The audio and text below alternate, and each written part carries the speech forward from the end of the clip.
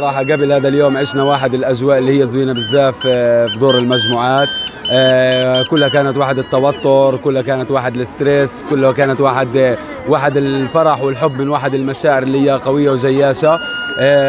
فشعور عظيم انه نشوف اليوم منتخب مغربي شرف العرب، شرف الافارقه في هذا الانجاز الكبير. فرحانين بزاف، خصوصا الحمد لله اليوم يعني بعد الفرحه الكبيره اللي شفناها اليوم من الشارع زي ما انت شايف، كبير صغير عيالات رجال، كل شيء فرحان، كل شيء خارج.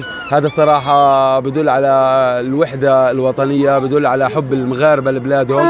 اليوم أسود الأطلس بيستاهلوا يعني الاستقبال ديالهم يكون كمان أحلى وأجمل من هيك صراحة بكتير. بكل صراحة كنا نتوقع ناس يكونوا أكثر من هيك، ولكن أكيد متوزعين على شوارع أخرى. ولكن الحمد لله اليوم واحد الفرحة كبيرة، فرحة استثنائية. بنشكر طبعا المدرب الوطني وليد الرقراقي وقاع اللاعبين، اللي خصوصا وليد اللي زرع فينا واحد حب الوطن، زرع فينا واحد الأمل، زرع واحد فينا من الداخل ديالنا انه نآمنوا في المواهب ديالنا ونآمنوا في الأحلام ديالنا. هنوصل ان شاء الله لأبعد الأماكن، وخاصنا هذا الاشي نزرعوه بيننا وبين راسنا ان شاء الله باش نتقدموا في كافة المستويات. أتينا من الصعيد مخصوصا من صعيد مصر لمساندة وانتظار المنتخب المغربي العظيم الذي رفع رأس الأمة العربية كاملة. ولتعلموا جميعا كما قلت لكم مرارا وتكرارا في جميع وسائل التواصل أن المغاربة هم أقوى الشعوب في الحرب والسلم.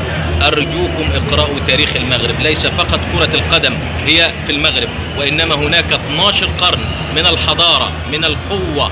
اقرأوا عن الأرك، اقرأوا عن الزلاقة، اقرأوا عن وادي المخازن، اقرأوا عن وادي اللبن، اقرأوا عن تاريخ المغرب العظيم. فهذا شعب عظيم حفظه الله وحفظ المغرب أرضا وشعبا وملكا.